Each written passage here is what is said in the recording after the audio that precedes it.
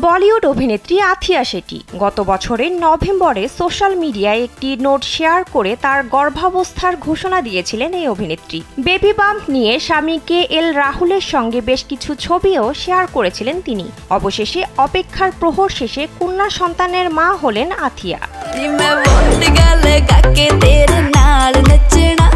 গত 24 মার্চ অভিনেত্রী তার সোশ্যাল মিডিয়া হ্যান্ডেল ইনস্টাগ্রামে একটি পোস্ট শেয়ার করে ভক্তদের এই খুশির সংবাদ জানান।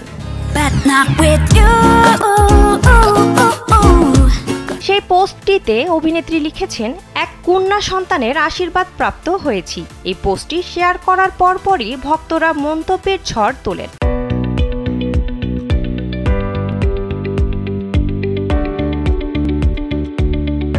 এবং ভালোবাসায় ভরিয়ে দেন। কেউ কেউ একে সবচেয়ে ভালো খবর বলেছেন।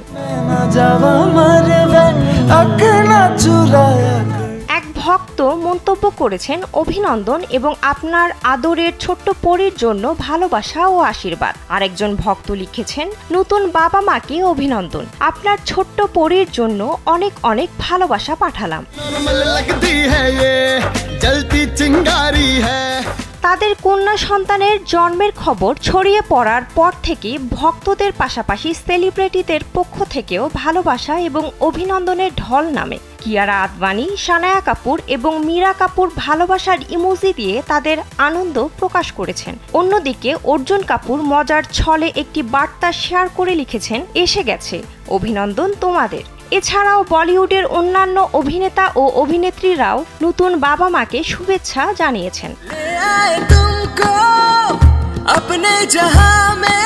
অভিনেতা সুনীল শেঠির মেয়ে আথিয়া বলিউডে তার অভিনয় জীবন শুরু করেন হিরো সিনেমার মাধ্যমে। পরে মুবারাকান ও মতিচুর চাকনাচুর ছবিতেও অভিনয় করেন তিনি, যা দর্শক মহলে বেশ প্রশংসিত। আথিয়া শেঠি ও KL রাহুল দম্পতি 2023 সালের জানুয়ারিতে বিবাহ বন্ধনে আবদ্ধ হন।